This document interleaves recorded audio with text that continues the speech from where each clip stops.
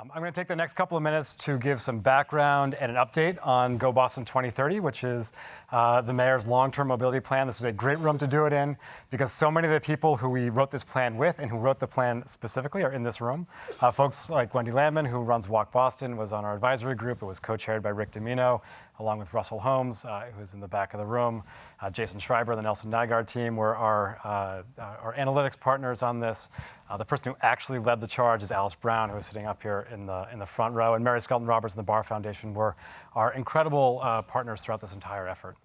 When we started this process, the mayor had three fundamental objectives. The first objective really picks up on where Julie and Mio were talking about, which is around improving resiliency in the city of Boston. So when we started this plan, it was the winter of 2015.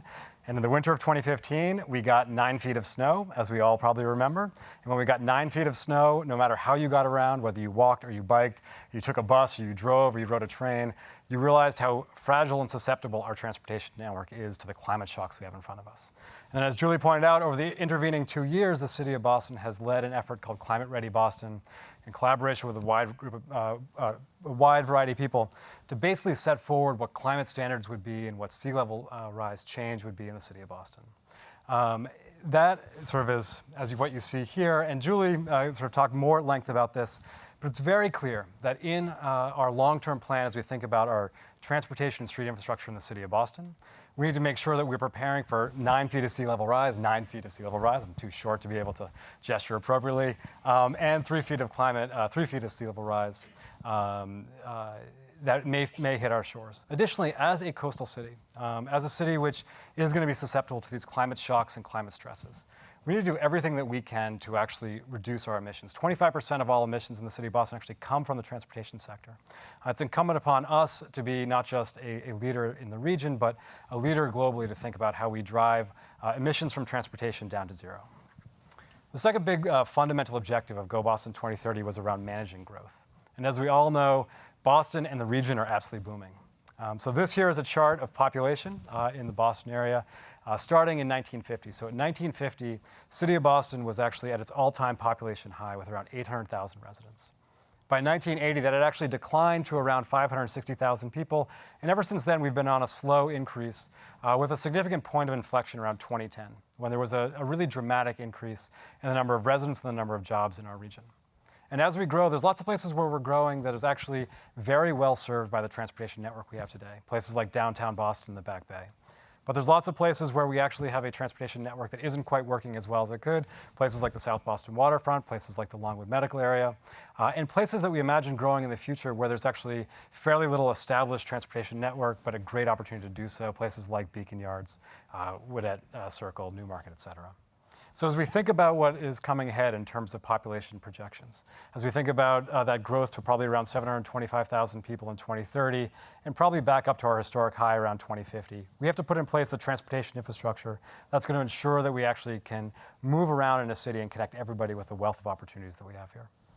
And the third fundamental objective was around increasing equity. This is perhaps the one which is nearest and dearest to the mayor's heart and something which is critical for us. So as we all know and experience, we're actually very lucky to have a great mass transit system in the city of Boston. But depending upon where you live in the city and where you live in the region, you don't necessarily have great access to that transportation network, and consequently, you don't have great opportunity to be able to participate in the amazing workforce and educational and cultural opportunities that this city and region have to offer. So on this map, you see folks who live within a 5 to 10 minute walk of either a commuter rail stop or a subway line, that's what you see in red, or a 5 to 10 minute walk of a key bus route, that's what you see in green. So incumbent upon us as we think about what we want to do over the next 15 years is really to make sure that everybody has great access to good mobility options to be able to participate fully in all the opportunities this region has to offer.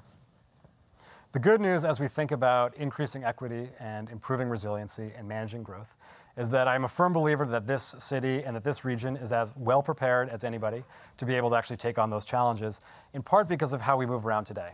So here are the mode splits of how folks who live in Boston commute today. So about 14.5% of the people who live in the city of Boston wake up and walk to work. That is a higher percentage than any other major city in the United States, and has a great credit to both the streets we have, but also the planning that we have done in the past.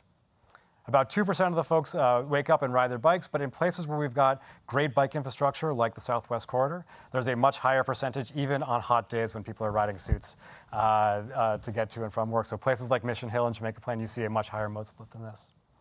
About 1 out of every 3 people take a bus or commuter rail or subway to get to their final destination, but that still means that around 40% of people in our city, either by choice or by necessity, are driving and driving alone. So in order for us to be able to meet the objectives that the mayor laid out, the objectives around resiliency and growth and equity, what we are good at today, we need to be great at in the future. And that was part of what Go Boston 2030 really focused on. How do we actually go from the mode splits we have today to where we can actually be in the future that can help us actually achieve those core objectives that we laid out? So the hope is that we are able to increase the percentage of people who are walking by 50%, to take that up to around 21%, to quadruple the number of people who are biking, to increase the number of people who are taking mass transit by 1/3. And if we do all those things, that cause less congestion, result in fewer emissions, cost less for those who are using it, we're actually going to be able to reduce the people who have to or who want to drive alone to around 20%. So with this in mind, and with sort of the winter of 2015 as sort of the starting point, a whole host of people in this room went out and hit the streets to engage residents in saying, how can we actually create that mobility future that all of you want? We asked thousands of people, engaged around 5,000 people in that first sort of set of engagement, talking to people on the street and online and in community meetings. And in that process, there were a set of key themes that came up over and over again that it was clear that we needed to deliver on for our constituents. The 3 that really rose to the top are these. We need to increase safety, particularly for people who are walking and biking. We need to improve reliability, particularly for folks who are riding the bus or who are driving a car. And across the board, for every person in our city, we need to be able to expand access to better forms of transportation, more reliable forms of transportation. So with each of these sort of key themes, we then set out a series of specific goals.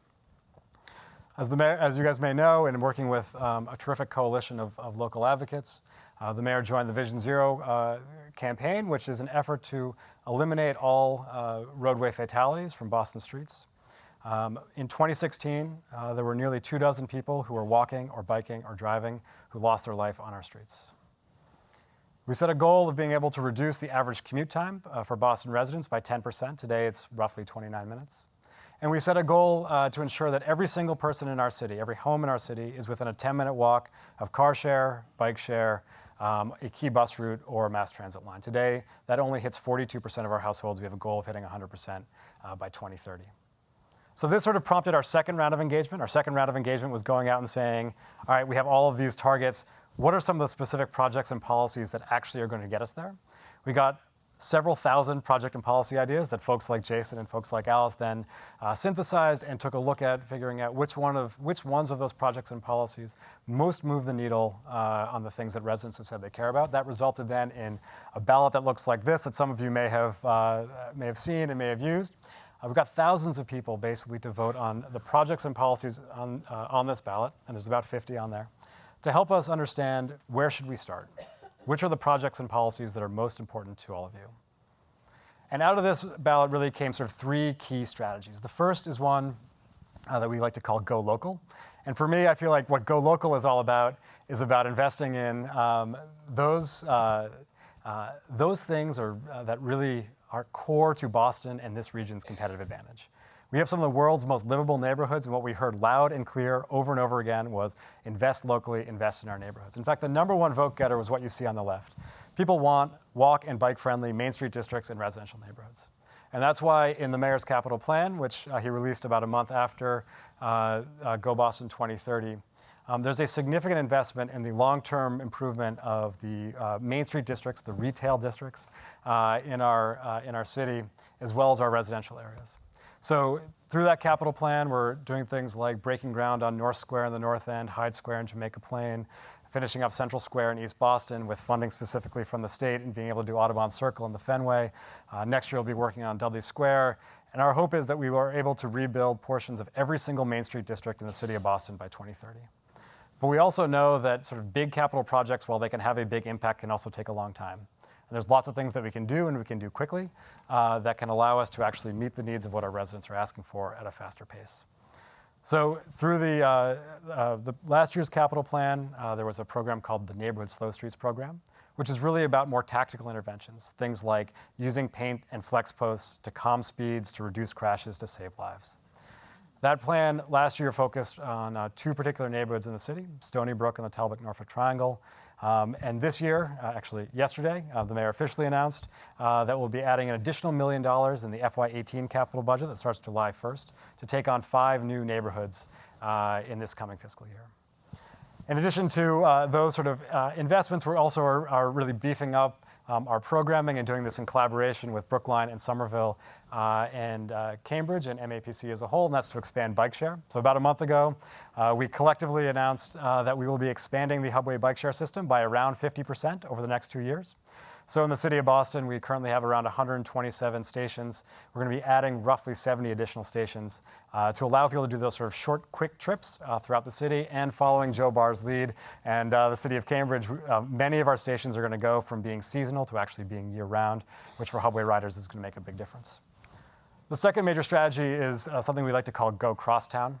And this is really about complementing our existing hub and spoke mass transit network with ways of getting from town to town or from neighborhood to neighborhood without having to go into downtown first to get out to your final destination. And for us, this is largely around a sort of buses and bikes strategy. I think we are at a fantastic moment around sort of the momentum around buses in our city, and lots of credit to the state, lots of credit to the Barr Foundation, and to Transit Matters for helping us get there. You see things like the pilot in Everett or the recent Silver Line pilot around off-board fare collection between Dudley and downtown that are really showing how we can together make bus rides more enjoyable, more reliable, and quicker for everybody. And often, as the Secretary will frequently remind us, that is about the state who has the fleet and the municipalities who have the streets working together to figure out how we provide space through dedicated right-of-way, time through signal changes, or better services through off-board fare collection to really make bus riding work well for everybody. The second part of the strategy is creating a high-quality, low-stress bike network system throughout the entire city. In Go Boston 2030, we outlined 26 specific investments that will make bike riding in Boston along key routes much safer, much better. And through the current capital budget, roughly 11 of those are already in design, or as you see here on the right with the Connect Historic Boston Trail on Commercial Street in the North End, actually already under construction. The third sort of key strategy is going regional. And this is simply a recognition that for some of us in local government, sort of the bright lines of municipal boundaries really matter, but it doesn't matter at all for our constituents. Constituents travel regionally. They think about their lives totally differently than the way in which we may govern our streets, and that we need to figure out ways to actually work together and put in place infrastructure that really helps us create a transportation network that works the way our residents do. And for us, this is in part largely about big step changes in infrastructure and big step changes in technology. So on the left, it's a great credit to the Secretary, to the FMCB, to the state as a whole for the really significant investment in new Orange Line cars and new Orange Line signals, new Red Line cars and new Red Line signals, which are going to make a massive difference for the way in which people get around this region. We also have a great interest and have sort of outlined in Go Boston 2030 the opportunity to think about the existing commuter rail network as a place that we can, over time, make deliver a service that operates more akin to the Orange Line or Red Line. How do we actually convert from the current system that we have to something that functions more like an urban rail with greater frequency to be able to move more people. This is also an area for us where we're focused on autonomous vehicles, and this is a place where we are working very closely with the leadership of Chris Carter in the back of the room and Nigel Jacob in the front of the room and our team in the Mayor's Office of Newer Mechanics to figure out how we can actually support autonomous vehicle testing in the city of Boston. And you're going to hear shortly from Carl Ignema from Newtonomy about this. So in the city of Boston currently, we are testing in the South Boston waterfront with Optimus Ride, with Delphi, and with Newtonomy, and we're doing so because of the promise I think that we are all aware of that AVs may potentially be able to really deliver on those safety, reliability, and accessibility goals that our residents have articulated. But as part of this, in addition to testing the technology, our focus is heavily on the policy side of how do we manage autonomous vehicles together. The technology will mature, and it will mature without us in many ways. But the other key pieces, how we think about workforce, how we think about governance, how we think about funding, how we think about street design, how we think about business model, those are all the things that are really going to matter about whether autonomous vehicles actually deliver on the promise that our residents want, or actually exacerbate some of the challenges we're facing already. So just to quickly show some of the, one of the studies that came out of a collaboration with the World Economic Forum and the Boston Consulting Group. The Boston Consulting Group took a look at how AVs will impact city streets under two options. One, if they are simply a replacement for personal vehicles. So all personal vehicles essentially get swapped out as autonomous cars. And the other one, the other alternative is that if all AVs actually become fleets of shared vehicles, everyone's taking a shared trip in an autonomous vehicle. And the benefits are starkly different between these two options. So under the sort of the private car scenario, what the Boston Consulting Group projected for a particular area of the city of Boston is that the average trip time would reduce for somebody by around 11%. But if we actually move to a set of shared vehicles, that average trip time would actually reduce by around 30%. Under the private car scenario, we would be able to reclaim about 16% of spaces that are currently used for parking and be able to turn those over to things like protected bike lanes or better pedestrian plazas. If we move to shared vehicles, we actually are able to reclaim 3 times as much of that, with around 48% of that space being able to be reused for purposes that we would all want. And then on the environmental side, their projection was that we would see around a 42% decline in greenhouse gas emissions under the private AV scenario, but that would increase to around a 2/3 reduction in the shuttle variation. And so there's a huge opportunity for us, if we work together, to figure out how we get the scenario on the right versus the scenario on the left. But it's going to take all of us to actually be comfortable with experimentation, to be very open to sort of working with new partners, to being very clear on the intent, and probably above all else, actually working together, not just local government to local government or local government to city to state, but how we work as a broad coalition to actually shape the policies that we're putting in place to guide autonomous vehicle investment forward. And I really think that that same set of